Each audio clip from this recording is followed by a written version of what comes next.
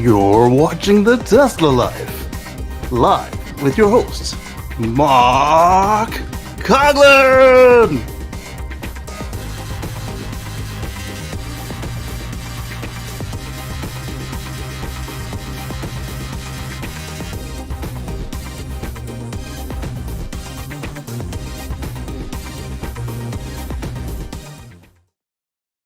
Hello, everybody, and welcome to the Tesla Live number 337. Here we are, the 13th of December, 2023. And with me, as always, we have Mr. Casey Green joining us from the Mid-Atlantic. How are you today, sir? Doing all right. Excellent. Hello, Excellent. Moto. Did you come and say hello? Moto's joining us as well. Patrick is having some camera issues, so we'll see if Patrick joins us. Oh, there's Moto. Hello, Moto. Hello. Can you wave back? Are you going to wave? There you go. Excellent. Excellent. And yeah, I'm checking the live feed. Everything looks good, Casey. So we're working fine today. So we're a little bit gun shy after that issue we had on 335. So we check often now. So very good.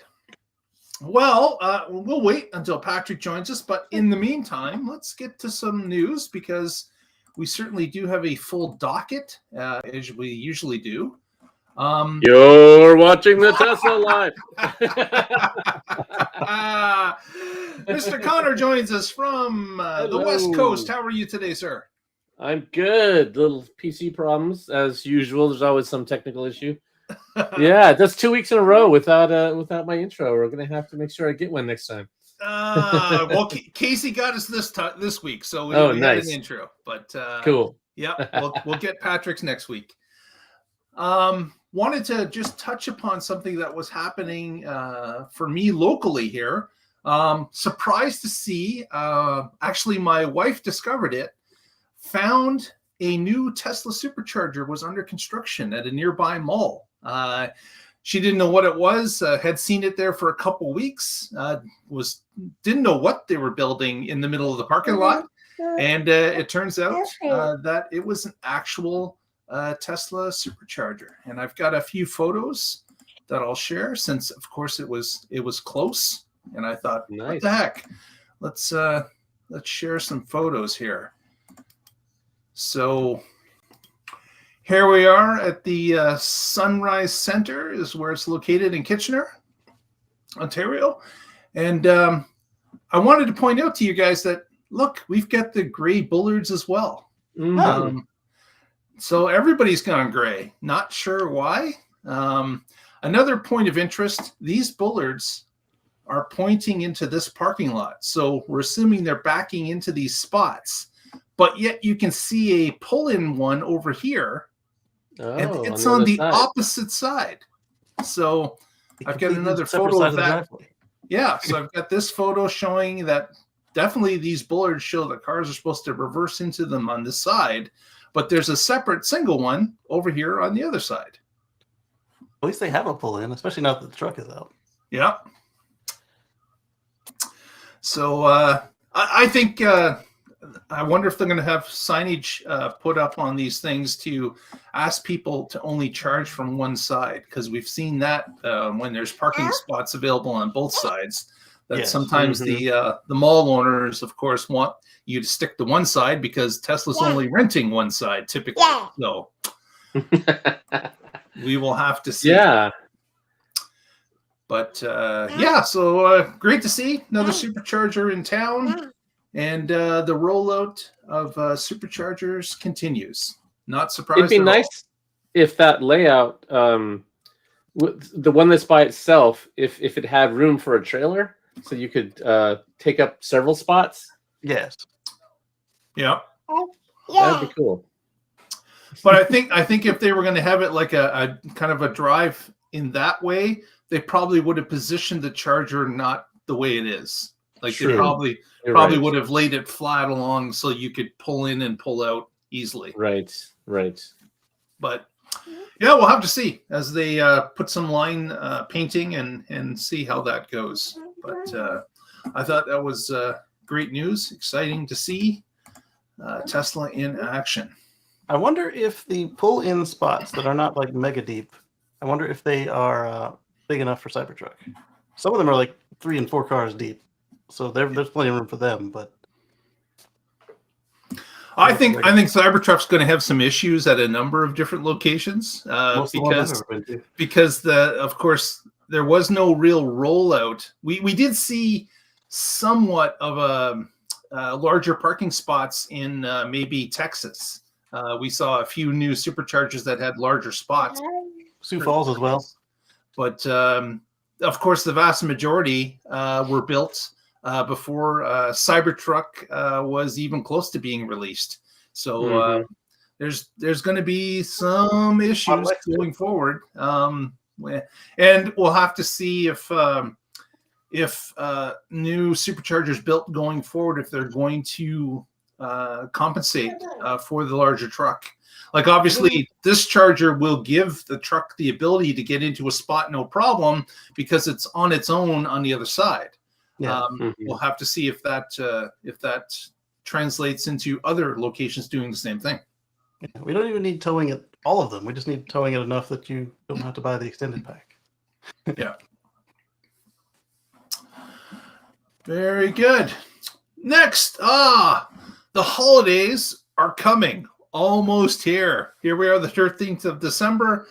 The holiday pack information has been released by Tesla because, of course, there was a leak before Tesla released it about different pieces that were coming in the holiday update.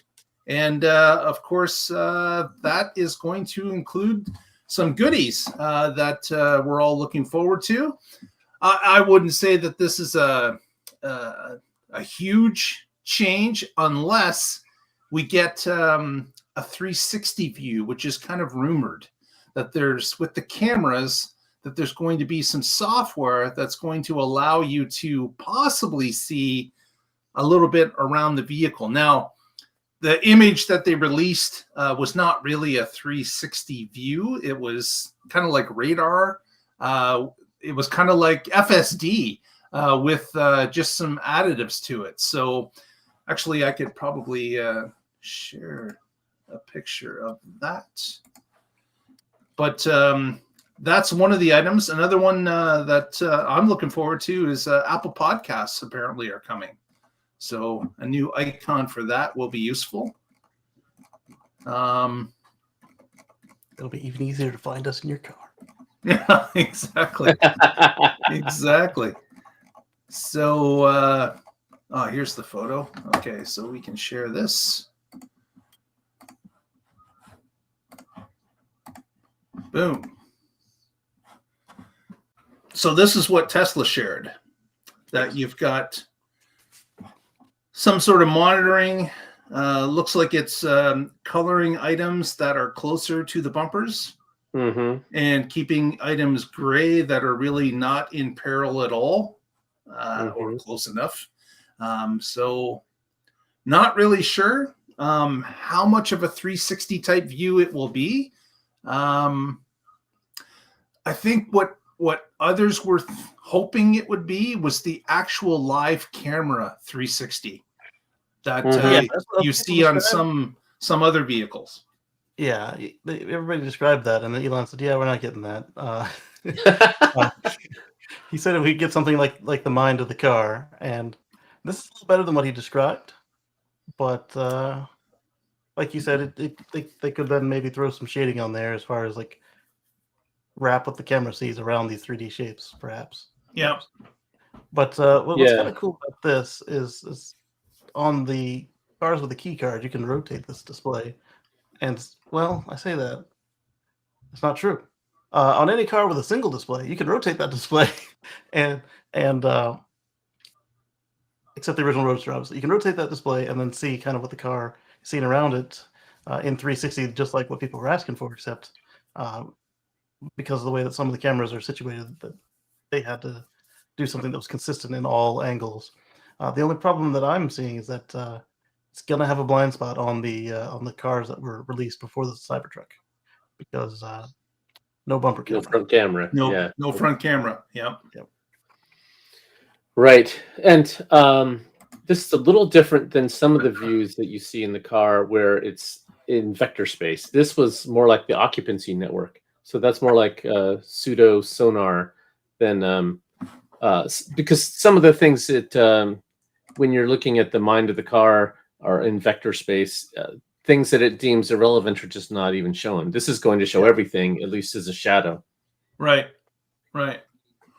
And I think that people were looking for that bird's eye view, or probably thinking that it would be live camera showing everything around it. Mm-hmm. And that is probably, as Casey mentioned, is probably not what we're going to get. Yeah, if you ask for something or somebody else asks for something similar to what you've asked for, and then Elon says no, unless we just keep sending in, then you should expect it's not going to happen, because we got waypoints. So if enough people in the community complain for long enough, and we got FSD transfer, how many times did they say no to that? That's true. So that is true. But look how they implemented it, just to make a buck. Well, I think this implementation is things that they're doing already for FSD, because the car has to know where things are, and the 360, the bird's eye view is different enough that it's more of a distraction, and they want their team working on the eventual goal of having a car that drives itself. So this is what they can give us without distracting from that. Right. This way, they've already gathered this information. The car may not use it all, but if they just display it, you can use it. And it's important because none of their new cars have any other sensors for this sort of thing, including Cybertruck, which they released the parts catalog today. And we found that it does have a radar. But the radar is the occupancy indoor radar that we saw them add to the Model S with the Palladium edition, not the externally facing radar that could help with anything. So, and we knew they weren't going to put pucks in the steel because they couldn't be bothered to put door handles in the steel, which I like. Yeah. So, also, I would say that whatever it's doing behind the scenes with my older car that doesn't show me any of this stuff. I was in an empty parking lot right before the grocery store closed last night, and I turned on FSD from the parking spot, and it did all right. What it drew that it was going to do was just drive straight through the parking lot because it assumed all the parking stalls were a lane. And thankfully, it didn't actually do that. Right. Another addition that's coming apparently is some custom lock sounds. Yes. That you're able to attach sounds or record sounds of a lock noise when the car is put into lock. This is kind of similar to what they did with the sound of the gear shift, which used to not have a sound, and now it has a sound to, I guess it's assure you that it heard the command or it felt the command to be shifted into gear, and it makes an audible noise too. So this lock thing is another thing like that, except it's even giving you the more programmable option of changing sounds. Casey and I were joking on Sunday that you could make your Tesla sound like a Rivian if you wanted to. Yeah. Just another Rivian.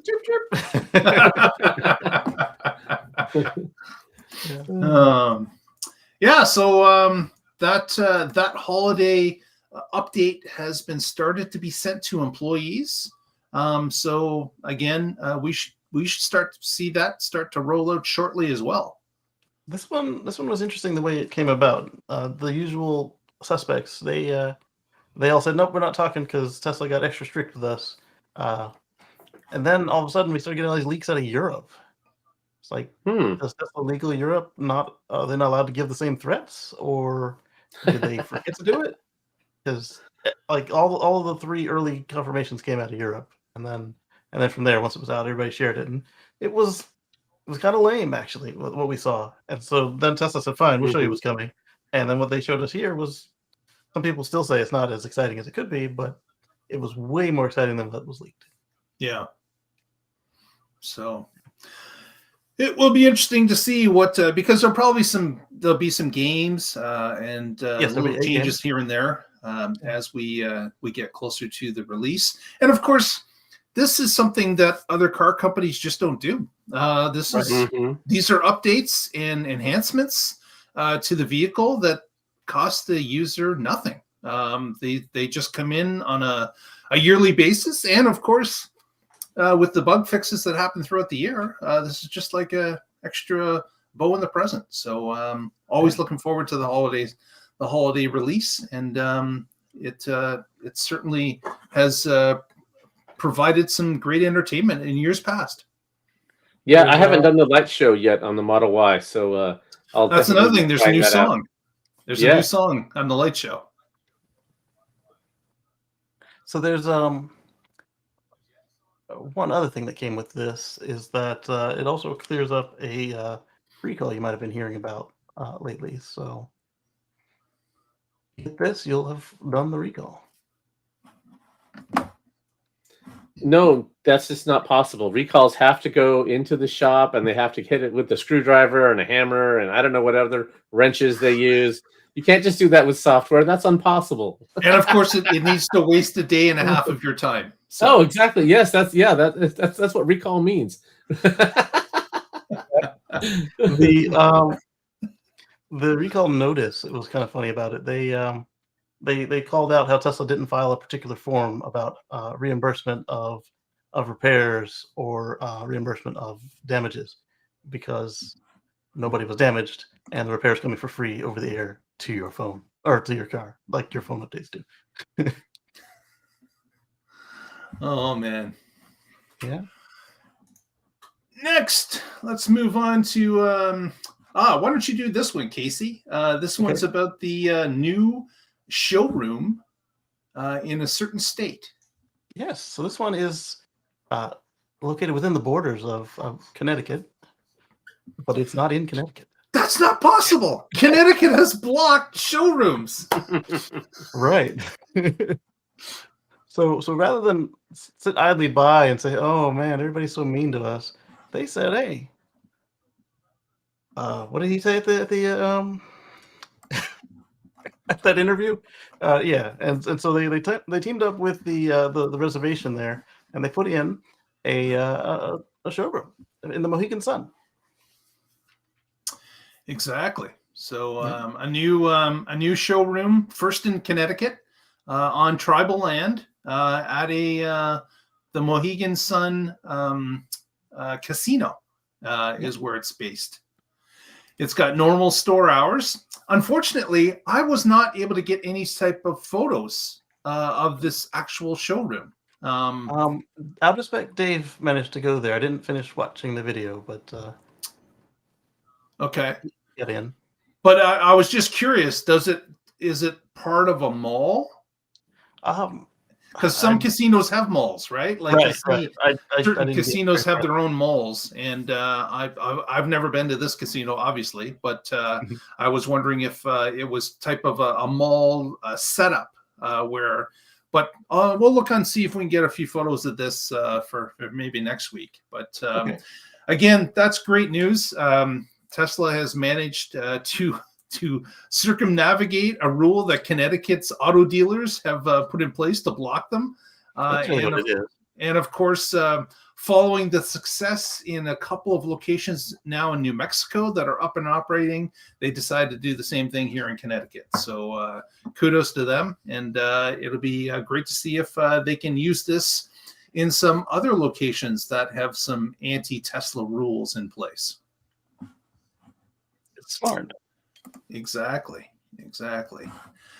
Next, I just wanted to show a quick video of something that I think is very cool. This is something that everyone that owns this vehicle is going to enjoy.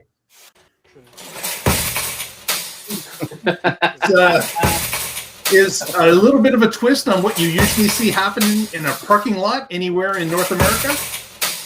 And this is fantastic. You can now take your Cybertruck to the mall without fear of it getting dinged or dented. So I put in. Cool. put in a tweet a little while ago that be warned, shopping carts, because Cybertruck is looking for you. Right. Oh. The store say you dented my shopping cart. Exactly. So that's great news and a little bit of a twist on what we had come to expect normally in a parking lot. Because of course, I don't know about you guys, but when I go to a parking lot, any parking lot, I'm the guy that's in the far back with nobody around me.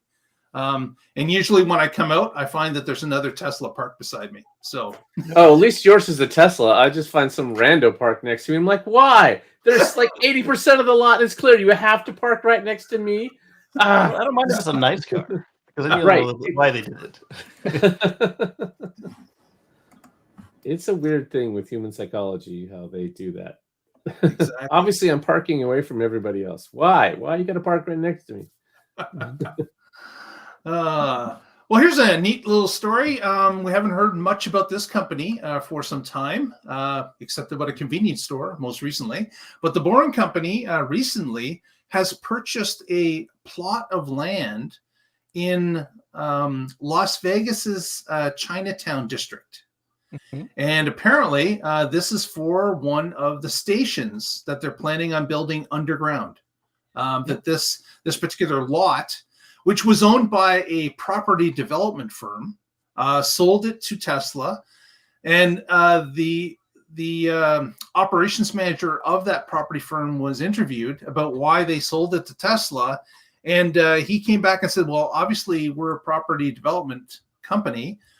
We would love Tesla to bring more clients to our area of town and have a convenient way for them to travel there, get out, do some shopping, and be able to get back into a transit system."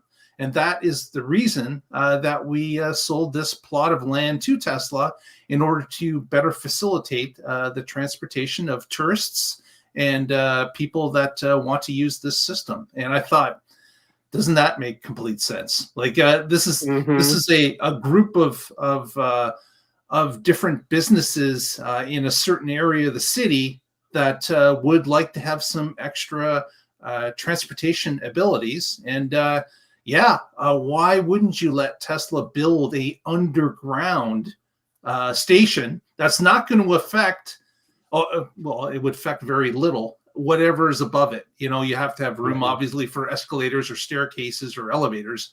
But beyond that, it's just bringing a stream of customers to your property. Tunnel that brings me customers. Yes, please. Yeah, exactly. How many can I buy all at once? Yeah. I do have to make one correction there. They sold it to the Boring Company. They might be driving there in Teslas. Oh, sorry. Yes. But again, because you got humans coming from a hole in the ground, you don't have to worry about them messing with the elevations that you've set up for, make these particular buildings around it so pretty. You don't have to worry about them putting in a 20-story skyscraper. Mm-hmm. Oh, And yeah, that's a really good point. I looked the address up on Google Maps, and the address showed that it's on the other side of the highway that runs through Las Vegas. So it's on the other side of Las Vegas Boulevard as well. So this is part of the loop that's going on the other side of the city, and will connect with the arena and ultimately the airport. But it was cool to see that this line is starting to move with, of course, this purchase. And of course, we also heard some information about how the boring machines are currently tunneling around Westgate, which is one of the casinos, and that there's now a twinning of a tunnel that was being used as a single for some time, is now being done as well. So I'm interested to see if there's going to be more tunneling machines brought in to bear on this project, or if they're just going to continue with the 2 or 3 that they have there now. So I got to believe that the press release about the large infrastructure project that is going on, they had indicated that there was going to be it's going to be done in pieces that made sense. So obviously they're looking to open stages of this as they go along and add to the existing infrastructure in order to start getting customers into those tunnels as quickly as they can, and then expand it and gradually add on those new locations or new routes to the existing ones. So not a surprise there that you'd want to maybe start with a few smaller projects where it can get up and running and start going between certain properties initially. Yep. Additionally, a whole bunch of tunnel lining parts have showed up at the Gigafactory Texas. Oh, at Texas. That's right. That's right. Because there is talk about some tunneling going on that property as well, connecting different buildings underground. So that would make sense as well. Absolutely. I wonder how hot it would be in the tunnels. Underground is usually cooler. That's why Mark's in his basement in the summer. That's right. Yeah, because it can be 115 up there on the surface. It can get hot in Vegas. It's usually pretty consistent in the first 25 feet, and then after a point, the deeper you go, the hotter it gets. Because I don't think they're digging that far. Yeah, they're not getting the molten lava. Not going that far down. But if you look at the original, like the sizzle reel that they showed us with the car that had like the 12 people in the glass sides, they suggested they could get to the point where they needed air conditioning. Okay. Because of course, the heat exchange systems that are cooling houses and stuff, they're burying it deeper than what those tunnels are. But I understand it's a pretty constant temperature, whether it's summer or winter, because you get the ability to cool and heat with the ambient air that's from those deeper well projects. Yeah, for the shallow ones and the deep ones, they're talking about a consistent temperature around like 55 Fahrenheit, and it sounds cold, but that's what heat pumps are for. Exactly. Right. Exactly. Next, this is kind of interesting. Casey, did you see this video with Sandy Monroe? Yes. Which one? The one where he's with five executives. Yes. Which one? Are there multiple of that too? Yes. I know the picture of the one you gave us is the one on the interior and the components, and that one was phenomenal as well. Yeah. They went into how they are going to do the how they reused all the steering motors are the same on all the axles, and how the ones in the front, they do like 50% duty cycle, and they told us how you're going to jumpstart the thing because it's got a 48-volt battery, right, for the low voltage, but most people who are going to jump you have a 12 or 24-volt battery, right? So they have a booster, and they can boost it up from 12 volts to the 48 volts that your starter battery needs to kick the computer over and open up the contactors and get the DC to DC going. And pretty cool stuff. They did. If you've already seen some of those Sandy Monroe's teardowns with the other cars, they showed some of the inverters just wide open. They talked about how the power share functionality works, and of course, then they got into not just the electronics and the software, but they also got into like the physical components. They talked about how the rear GigaCast used the full 9,000 ton gigapress, but the fronts, they did what they did to the Model X and Model S. They just used Model Y stamping to get it done. They said, "Oh, we can get this done with 6,000 pounds because they got some fluid dynamics engineers into instead of having all the little cross hatches that you see on everybody else's stampings, they got them to flow like a river." That's the way they described it. It's they were both pretty long videos, but they were very fascinating. And then there was lots of little parts in it that you wouldn't even think of.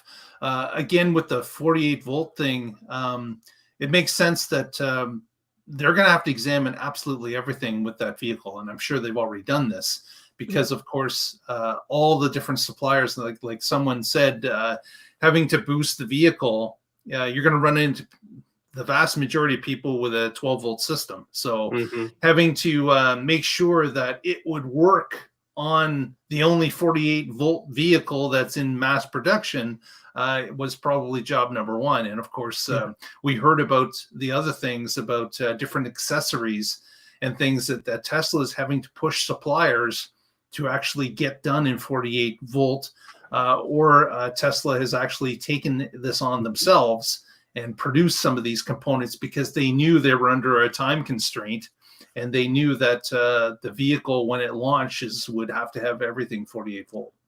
Yeah, this is the first 48-volt production road vehicle, and they had to have a solution because anybody that comes to jump you is gonna have a 12-volt or 24-volt. Because the reason I say 24 is the heavy trucks, they use 24-volt systems. And so what do you do with that? Well, you got to be able to, if somebody went on a flight and the 12-volt system, the low-volt system died, then you need a way to bring it back online, and that was something to consider. And with that, it's pretty interesting. Like I was in the parts catalog and I was looking. It looks very much like the Model Y and Palladium little tiny battery pack. It's pretty cool. The other thing that I might suggest is if anybody asks you for a jump, don't do it. Yeah, because their car is not going to be expecting a 48-volt jump. Right, and it doesn't sound like it steps down once it wakes up after a boost. No, but you could plug something into the 120-volt outlet that is a car jumping system and use that to jump. Like a trickle charger or something could be used. Or a mender or a charger. Yeah. Yeah. Waste a lot of energy. If I wanted to go get a new battery for the Cybertruck, I can't just go to Shuck's Auto Supply or. It's just like the newer Teslas. It's a lithium iron phosphate, and actually, different voltage. Way different voltage on this one. The regular ones are 16 volts from Tesla, and then this one is 48 volts. And so at that point, you'll want to order it in the app and go pick it up over the counter. Yeah, there's going to be that transition time, and it's remaining to see, will other auto companies start to follow this? Will they push their suppliers and say, we want 48 volts? We see that this is something that Tesla's done. We want to follow that as well because of the advantages. And it remains to be seen as to, who will be next if they will push it. But certainly as cars become more and more computers, from what I understand from the Monroe interview, the 48 volt is really required in order to drive some of the computer systems in the vehicle, and it certainly is something that other automakers are facing today as well. It's just that none of them have had the moxie to go out and actually make it 48 volt and support all the systems themselves. Yeah, the steering system alone would need either 100 or 200 amps of 12 volt DC. To work. How to melt some wires. You'd have to have the big orange high voltage cables running to your drive motors. Yeah, for steering motors, I mean. Exactly. For reference, our homes in North America, they run at on either 100 or 200 amp service for most of them. Some of the newer ones are starting to get 200s for 400 amp service, but yeah. Like I mentioned, there were several of these videos. They broke out a bunch of shorter chunks if you just want to get some nuggets, and then the two long ones, or two or three long ones, are the ones you want to catch. Yeah, I really enjoyed the exterior one when they were walking around looking at the Giga castings and talking about how the special Tesla molten metal that they use allowed them to push it through the casting quickly and cool it so quickly that there's no warping. It's just popped out and ready for use.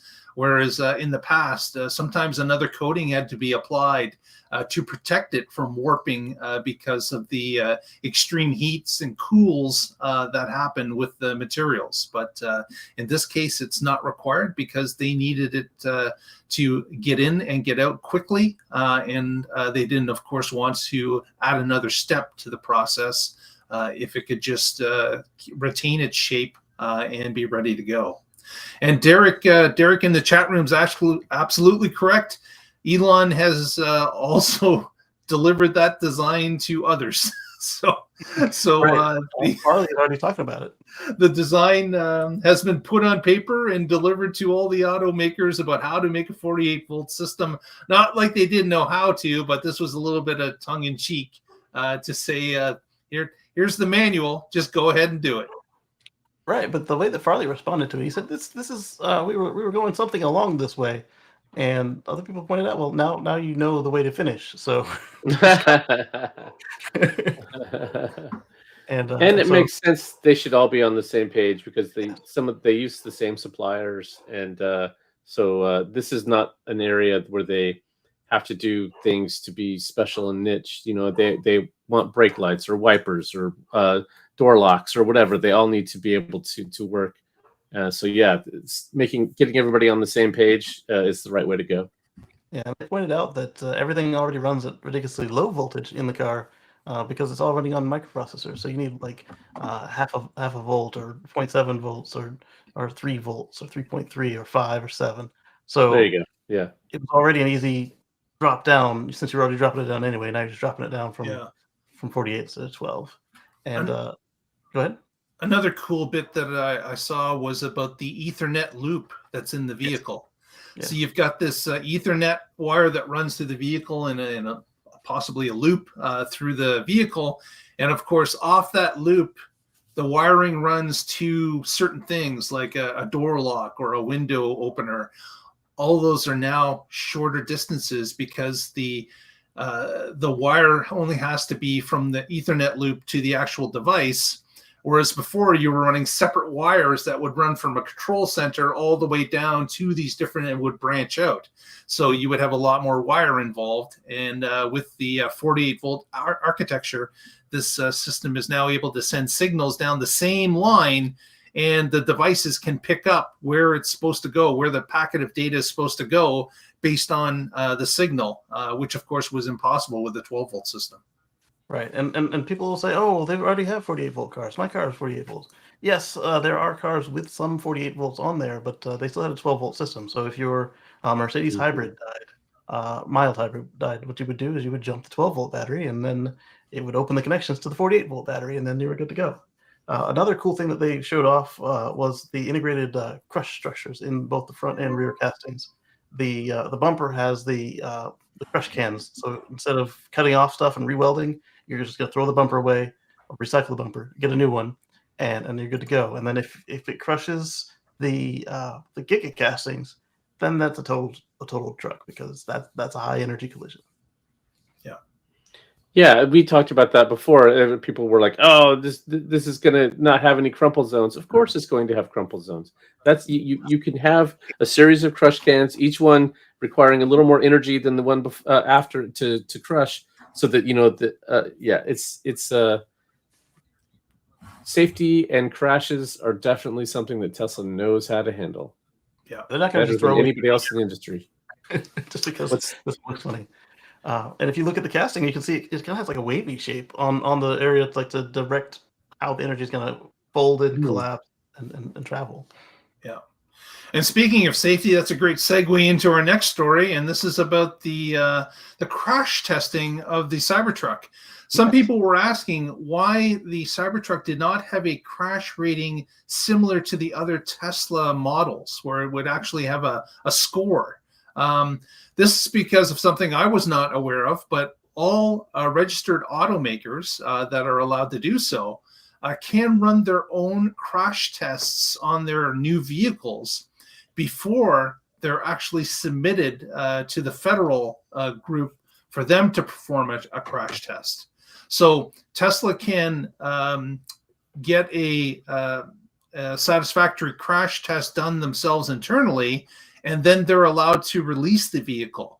What they then have to do is get it done by the federal agency at a later time. And obviously there's limits on times. But that's how the Cybertruck was able to get released with a past crash test, but not with the normal percentage or score that we would see once the federal group gets involved with it. So this is something I was unaware of, that all the manufacturers have this capability and often use it. Yeah, I first encountered that when I bought my Nissan Leaf. That's the first time I had ever bought a brand new car. I always bought used cars because otherwise you're just throwing money away. But this was a new technology, and this was the only way to get it was to buy a new car. And I was like, okay, what's the crash test ratings? And like, oh, there aren't any. I'm like, what do you mean there aren't any? You have to have those. I'm like, no, it passed the crash test. Like, okay, and the score was not released. What? I was very confused. And yeah. But this is the way it's done in the industry. Yeah, just the same way they do their own fuel economy tests. And as with the fuel economy test, if they try to be dishonest in the results of this, the consequences are severe. So that's in addition to the consequences, you also lose the ability to do your own testing for some time. And had that Nissan Leaf been part of that, then it would have had to wait until there was a slot to do the testing. And there's not going to be a slot for the Cybertruck at IAHS or NHTSA for 2024. So imagine if they had to wait for a slot. That's over a year. They've got cars ready to go they can't sell. Yeah. Oh, wow. Yeah. Yeah, it would be dumb to cheat this system because you will get caught. There will be cars out there, and they will be tested. So, yeah. On top of that, once you are caught, anybody who had a injury or worse in your vehicle, they're gonna own you. Right. Yeah. Be a lot of legal action. And if you don't think you're going to get caught, talk to VW. Let them tell you if you're not getting caught. So, and that was on the severe end. Imagine if you're doing everything by the book and it's completely legal, like Ford did, where they used to tape up the door seams and they would use instead of the C-Max, which had a less aerodynamic vehicle, they would use the Ford Fusion with taped up doors and use that because they use the same engine and the same battery and blah blah blah, and they were technically the same class car. But tell me, you drive the C-Max, which has a square tail, and the Fusion, which is a nice sleek sedan. Which one is actually going to get the number closer to the sticker, and which one is going to leave you stranded if you believe those numbers? Yeah, well, not quite stranded, but yeah, there's going to be a difference in numbers, right? Mm-hmm. Yeah, they both closed that loophole and slapped Ford on the wrist for making it was perfectly legal, but for taking it so far. Yeah, that's not what we intended when we let you do your own tests. Exactly. Next story, I wanted to touch upon this news. A new Tesla showroom and service bay is being constructed in Vancouver, British Columbia. What's unique to this particular, this of course is a rendering, but what's unique here is this will be the largest built from ground to ceiling based on Tesla specifications. So they're not taking over a space that was already owned by another auto dealer or was another space for a factory or something else. This is a custom build to Tesla specifications in order to enhance its ability to be a sales center as well as a service center. So they're starting to roll in what they feel works best for them from their experience. And this is just another phase in Tesla's iterations. We've seen this with factories. Mm-hmm. We've seen this with how they sell the vehicles. We've seen this with their web presence. We have seen this with their service bays and how they service customers and how they direct customers through them. So having your own building that is designed in a certain way in order to enhance how you operate is just another way that Tesla is trying to get better, standardize, and of course, be more efficient. Yeah, there's something to be said for reducing, reusing, and recycling, and they do the majority of that with their sales and service centers. However, as you saw with the Fremont factory, once you hermit crab into a building, there are things you just can't do because you are stuck by the design decisions of the original the original building manufacturer. Yeah, things you can kind of modify around, but others, like the way that the Model S and X get handed from one robot to another over a bridge. It's to this day they still do that, and they would not have designed it that way if they had built the thing from scratch. Exactly. Okay, Mark, but is it going to have a roller coaster? That's what I want to know. In 2 weeks. Yeah, we haven't seen the roller coaster show up at one of the factories yet, have we? No. Casey is on the wrong camera again. Yeah. Oh. There he's back. Oh, okay. All right. Next, I'll let Casey take this story. This is one that we've talked about a few times, and I believe this was Casey's guess as well as to what happened here. Yeah. So we saw there was a commotion, a hubbub, a ruckus around a clause that had appeared in the Tesla order agreement for the Cybertruck shortly before the delivery event. And then they appeared to walk it back. And then I had suggested that perhaps they're just regrouping, going through legal, or finding another way to implement this thing that would get them in less gossip around the internet. Let's call it that. And sure enough, we see in the order agreement for the Foundation Series Cybertrucks something very similar to the no resales in a year. We're going to charge you $50,000 if you do. And it is worded differently, but not much differently. It's the same spirit of what's going on, but they can get you. So hang on to that Cybertruck for a year. Yeah. And if this is important to you, check your order agreement to see if it's there or not. And there is that possibility that someone could sell it within their family, and Tesla would look at that. Is there that same clause where they want to be notified about it, and will give you a ruling as to whether or not they feel it's problematic or not?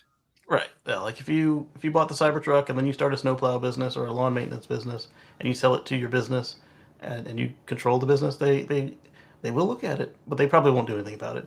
But if you sell it to your Uncle Bob in another state, they might be a little more concerned. If you sell it to your friend Jimmy down the street, they will become like this. The hand. So this was just for the So far, Foundation series? Foundation Series, but Yeah, they might leave it there. we'll see. Okay. Yeah, we'll see once the regular orders start to roll out. Yeah, it'll this probably clause still remains. Yeah, it'll probably disappear from there once they either Foundation Series is done or once they feel that they have caught up with demands. Kind of like how the Model 3 was. For a while, you were in line, and all of a sudden it was like, yeah, just order one. It will show up in a month or 3. Exactly. Mm-hmm. Yeah. Makes sense. Next, Patrick's got a story for us. I do? Yes, you do. You submitted it at the last moment. Oh, Said, that's If right. we got time, he said, well, we got time. So go ahead Okay. and roll it out. Cool. So Tesla has a new page on their Powerwall site, and it compares having Powerwall to a backup generator. And if you're interested in it, you can just search for that. You'll find it pretty easily. But there's a table in here that I thought was pretty cool, where they go through the pros and cons or the strengths of each one and talk about them. So a Powerwall automatically comes on in less than a second with minimal interruption, whereas a backup generator can take 15 to 30 seconds of delay before it starts up. Of course, your Powerwall is going to have been charged up from solar or the grid, whereas your generator is going to be running on methane or liquid propane or diesel or something. Noise. The Powerwalls are less than 40 decibels, whereas a generator is 77 dB. So almost twice as loud. But they're non-linear scale, so that's significantly louder. I was about to say twice as loud, but it's more than that. Yeah, with there's a whole list here, but maintenance-wise, you have to fuel and service and oil change generators. Your Powerwalls just do their thing. Your Powerwalls can also be used to participate in these virtual power. Well, here they're calling them smart battery events, but in other places there's VPPs. You can participate in a VPP if you have a Powerwall, so it can actually make money for you, as well as time shift. if you can charge up on solar during the day, and then when the peak time comes in the evening, use your battery for that, then you're paying less for your electricity. So you can actually save money on your electricity bill every week. You can't do that with a generator. You can't participate in a VPP with a generator. And of course, the environmental impacts are obvious. So anyway, I just thought this was pretty cool. And it actually can make dollar and cents, but you have to look at the whole picture, the whole life cycle, how it's being used, what it can save you every month. And yeah, it's pretty cool stuff. Yeah, there's obviously planning that has to go into effect here. Like when you buy a series of solar panels and power walls, you're solving a problem. Like you're putting a solution in place for the problem that you have. And of course, based on that, you may have a few different problems that you're solving for that this system can do. But this is like icing on the cake, though, being quieter and less maintenance than a normal ICE generator. So it's just extra bonus along the way that there's no maintenance really required for this, and of course it's much quieter than a gasoline motor firing up, and quicker than waiting for it to spin up to a certain speed so the RPMs can produce electricity at the proper amount.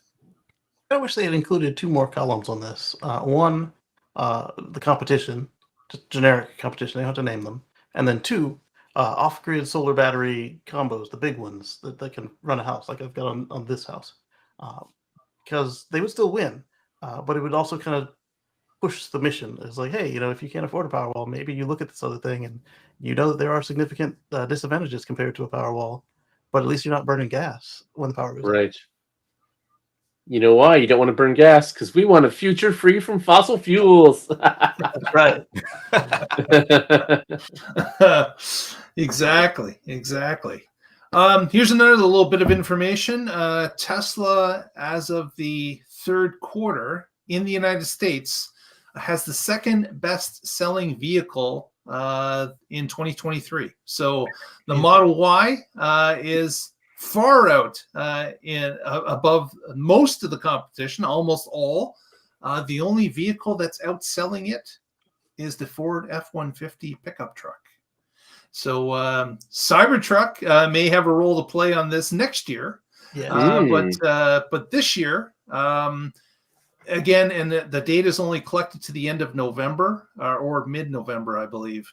So we've still got about a month and a half of data to come in to get the full year worth. But right now they're in 2nd place with the Model Y for 2023, which is a great position to be in when it comes to Tesla. They're actually, we've got our bets down for what the year sales of vehicles are going to be worldwide. But being in 2nd place behind the F-150 is a great place for Tesla to be with the Model Y this year.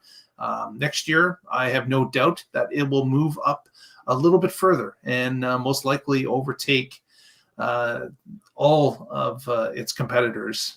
But it is something that we expected this year to be close, and it looks like we're close.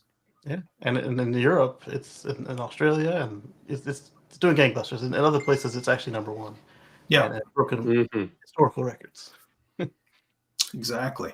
I did my part for the Model Y. I bought one this year. Yeah. Patrick personally was trying to push it over the edge. Exactly. Why?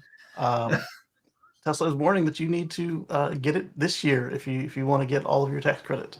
Unlike certain other vehicles we might talk about in a second, it's just a reduction. However, that's right. A bit of a PSA. We know this now to be a fact. That Tesla is now warning that the Model 3 and all its variants are going to lose its $7,500 tax credit in the United States as of January the 1st.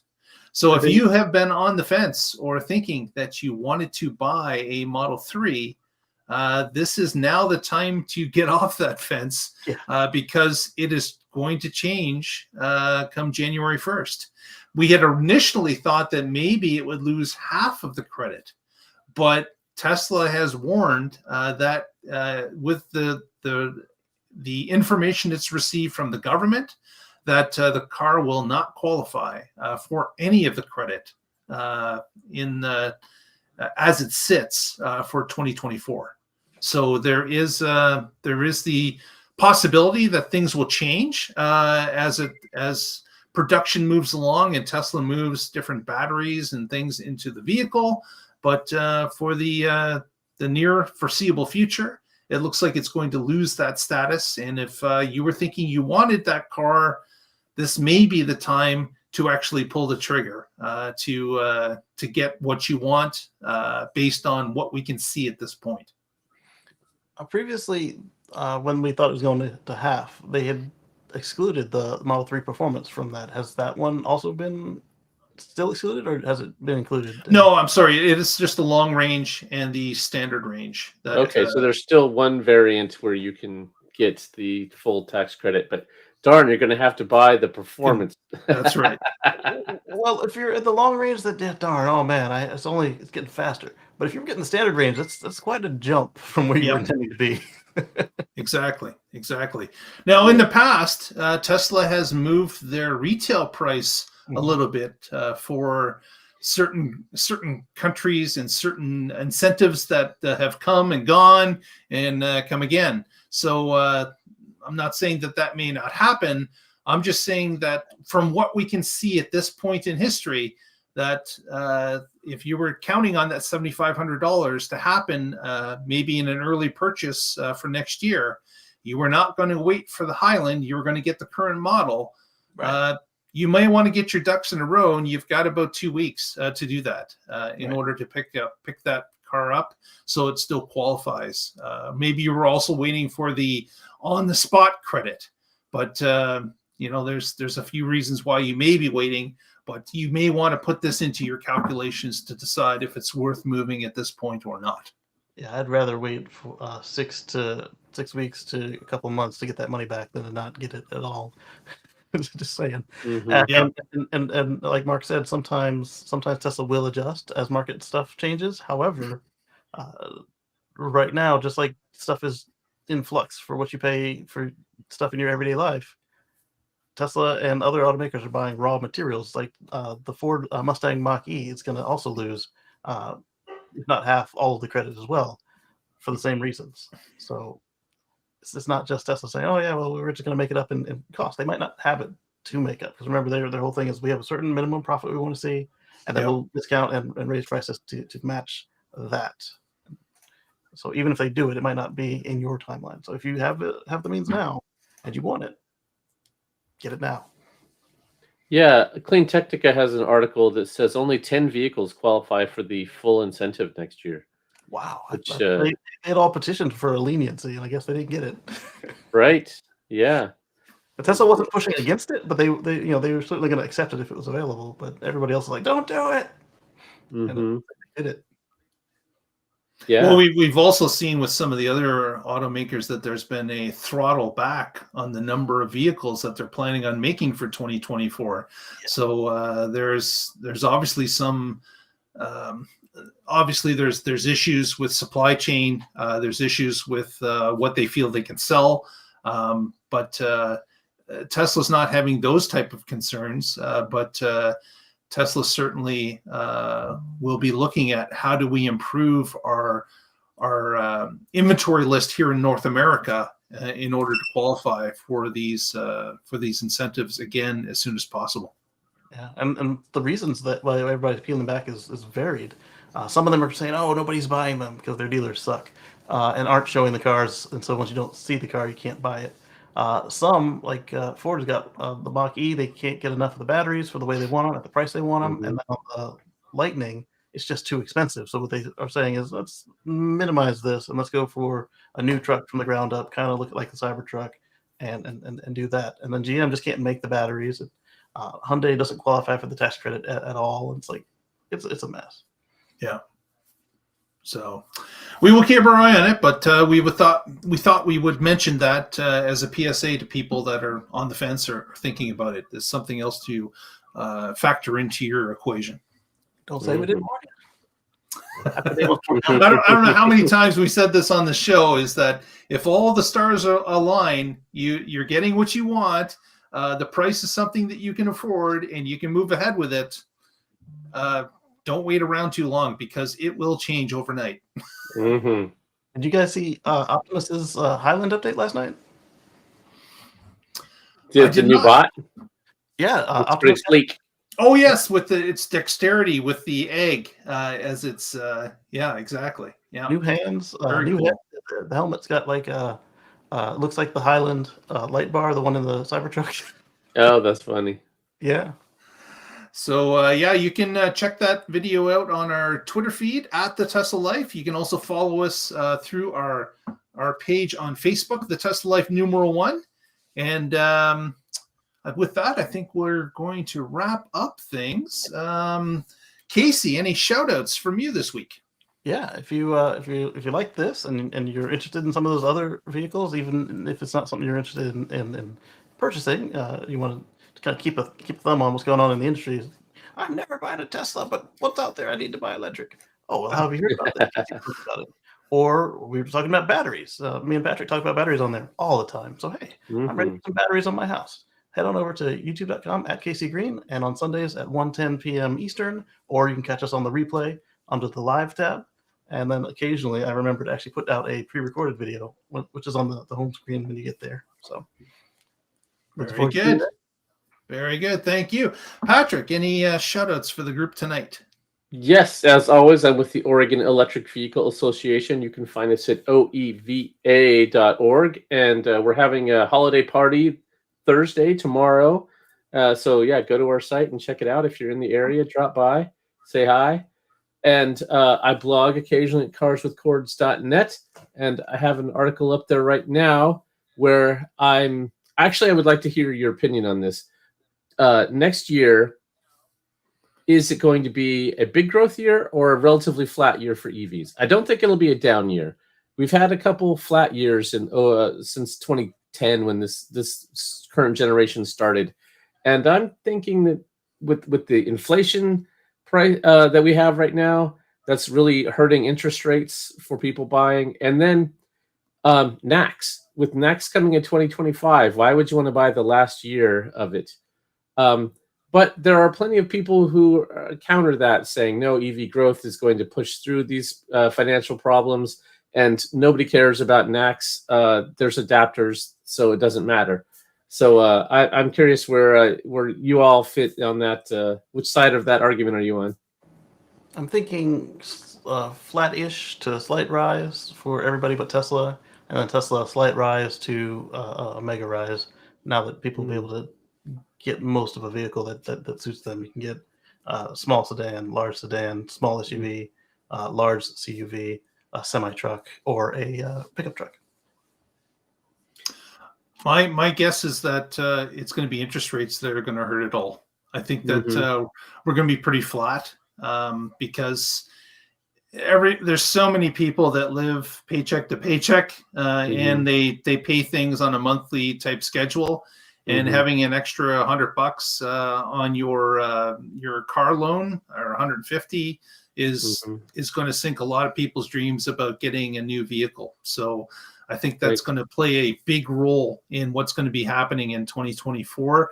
I don't think Tesla is going to be affected too badly, but I think the rest of the auto sector is going to feel some pain this year. Yeah, and I didn't even think about this when I wrote the article, or I didn't know this at the time. I was thinking that the cash on the hood of the car is actually going to help because that's a new thing that comes into play next year for the incentive. But if a lot of the vehicles have fallen off that, like all of the Kia Hyundai vehicles are not on that list, so that's going to hurt a lot of vehicles. Yeah. Absolutely. Plus, with the dealers, once they find out that the production is cut, I've got one of 12 for the year. What are you going to do? Right. Yeah, there'll be big dealer markups if there's limited quantity. That's for sure. Yeah. Well, we will be around to see it and report on it. And with that, if you haven't already, please give us a thumbs up on the video. It helps small channels like us. It helps us get in front of new eyeballs. So press that subscribe button if you haven't. It's free. Again, it helps us, and you're helping this little channel grow. So we would really appreciate it. With that, I think we will call it a day, and we'll get together next Wednesday. And together we'll find out what's happening in the Tesla life. Stay positive. Test negative. Thanks, Lee Moon.